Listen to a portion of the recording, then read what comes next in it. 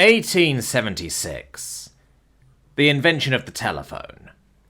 It is almost unthinkable for us to live without one today, being granted its own special place in everyone's pocket.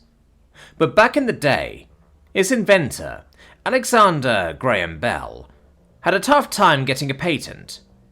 His invention was called hardly more than a toy, after he offered a $100,000 patent to Western Union. Less than 10 years after founding his company, over 150,000 households in the USA alone had telephones. 1879. Thomas Edison invents the first commercially viable light bulb. Now visible in almost every household, it was famously called "Unworthy of the Attention of Practical or Scientific Men" by Henry Morton, back during its early day. 1885. Bicycles are becoming ever more popular, but popularity started to decrease around the year 1900, leading the Washington Post to write, "As a fad, cycling is dead," and a few individuals now ride for all the good they claim to see in the past time when it was fashion. 1895. The first car has been patented. Back then, it was too expensive to be bought and sold by everyday citizens, leading many to believe that the horse is here to stay, but the automobile is only a novelty, a fad. 1903. The first aeroplane takes flight for 12 seconds.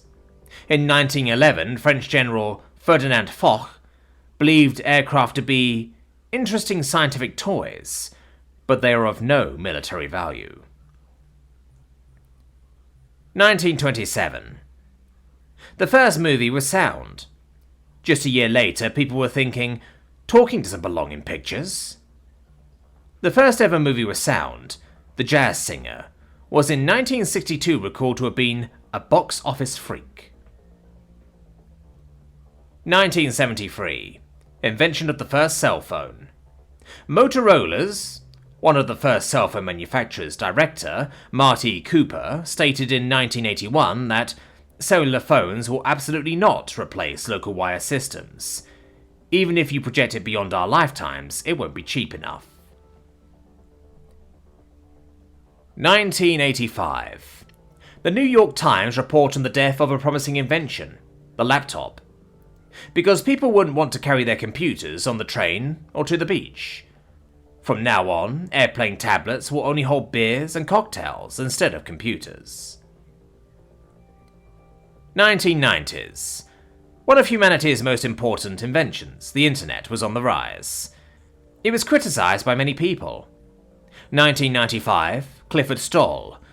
The internet is a wasteland of unfiltered data. 1998, Paul Krugman. The internet will have no more impact than the fax machine.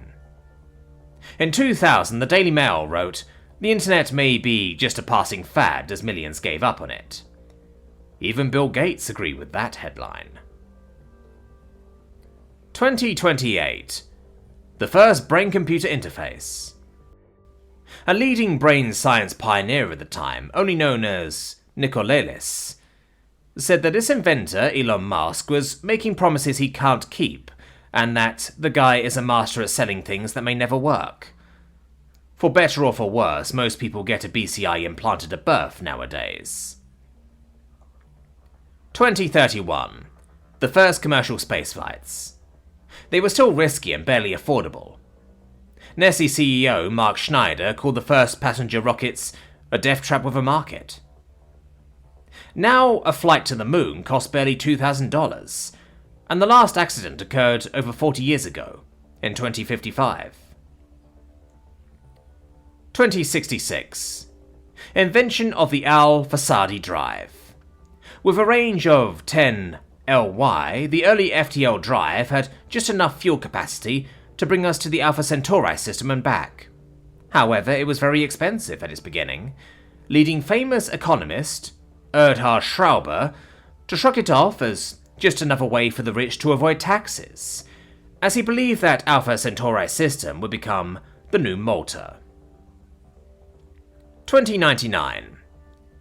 New legislation dictates that all spaceships must be fitted out with reflective coating, making them visible to any patrolling police or military vessels.